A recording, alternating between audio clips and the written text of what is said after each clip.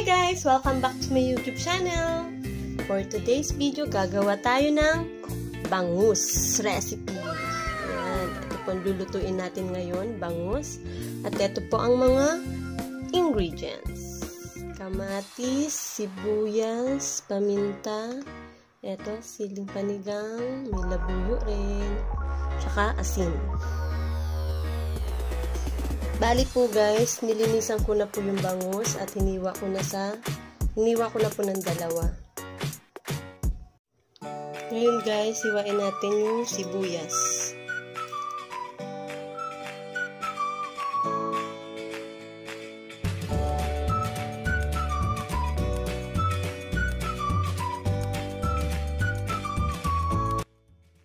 So ito na po guys, ganito lang po ang ating paghihiwa.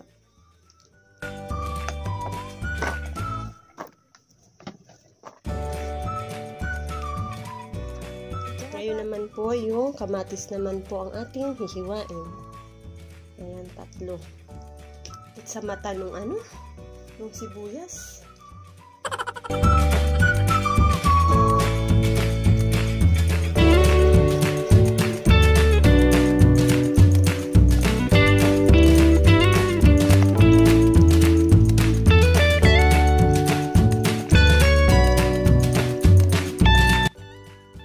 So, ayan guys, tapos na rin po natin yung kamatis. Bale, ito po, mga hiniwalay ko, gagawin ko po siyang pang-design mamaya pag luto na siya guys. For plating na siya.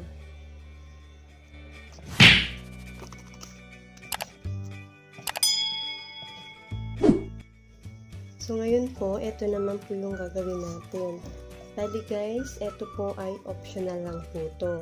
Sa mga ayaw po ng maanghang, pwede pong hindi nyo lagyan nito.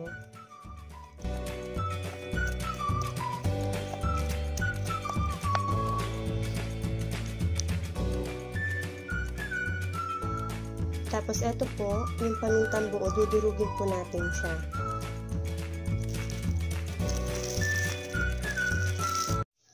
Tapos ngayon po, hahaluin po natin siya.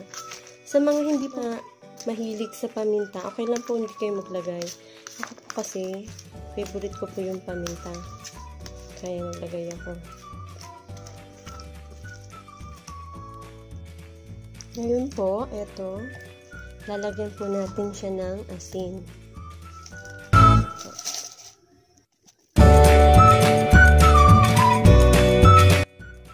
So, bali ang uunahin ko etong ulo muna. So, set aside muna natin yung buntot. Lalagyan ko siya guys ng paminta. Paminta lover tayo guys. Kaya lalagyan ko siya ng paminta.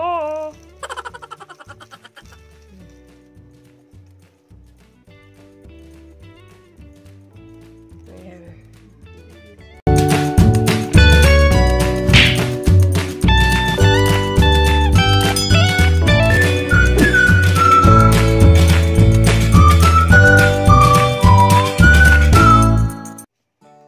Ito pong dahon guys, dito po natin ibabalot yung bangus. Bali, pinaano ko po to guys sa apoy. Pinadaan sa apoy. Dinarang. Ayan. Ay, umutot pa. Ibabalot na po natin siya guys. Dito. Ayan. Kasya kaya ito. Wait lang guys. Ngayon guys, lalagyan po natin siya neto. Lalagyan natin yung loob, yung tiyan. So, kakamayin ko na po at malinis naman po ang aking kamay. Ayan. Papasukan natin siya. Maliit lang yung taba niya. Hindi siya masyadong mataba.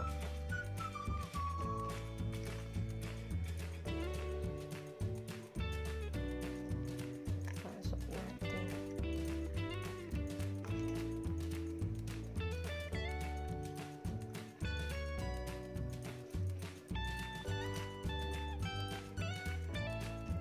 Guys, palagay na lahat.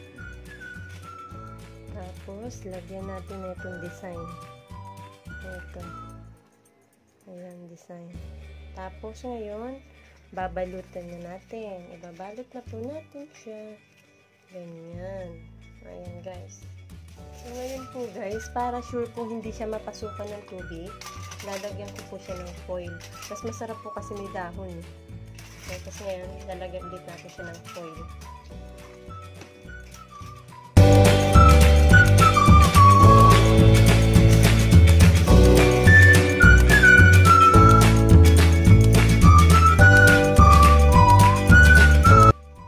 Ito na po siya guys. Pwede na po siyang steam. Ready na po siya.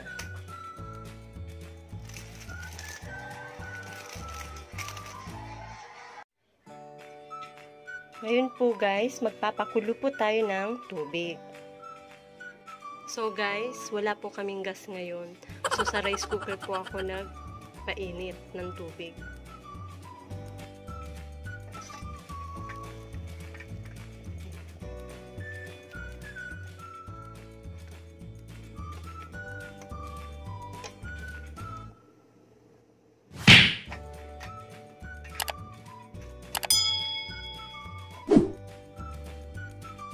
Steam po natin siya guys ng mga 30 minutes po.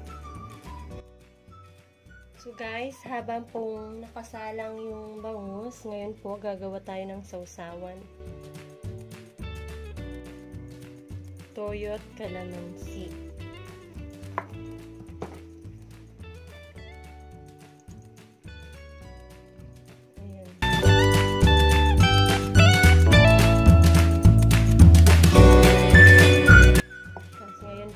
Siling labuyo para masarap maanghang. Masarap ang maanghang. Sa mga hindi po mahilig sa maanghang, huwag na po kayong huwag na po lagyan.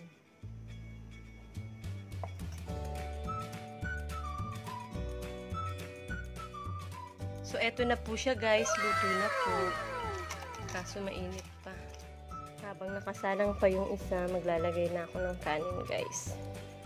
Tayo magmumukbang. Tatanggalin ko po to guys kasi dito ko ulit ilalagay yung buntot. So remove natin to. Wow! Transfer natin. Transfer natin siya.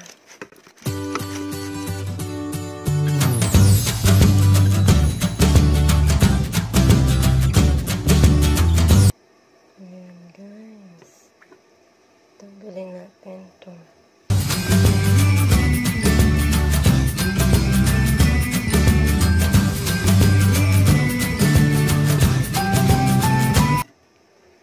Ayan na po siya.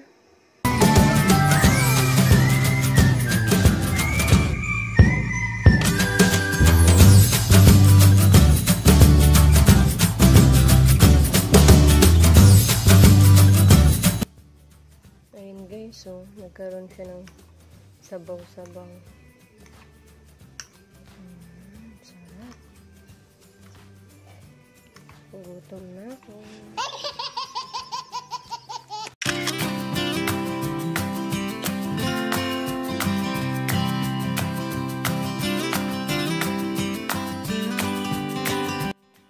So, eto na po guys. Ready na tayo. Titikman na natin.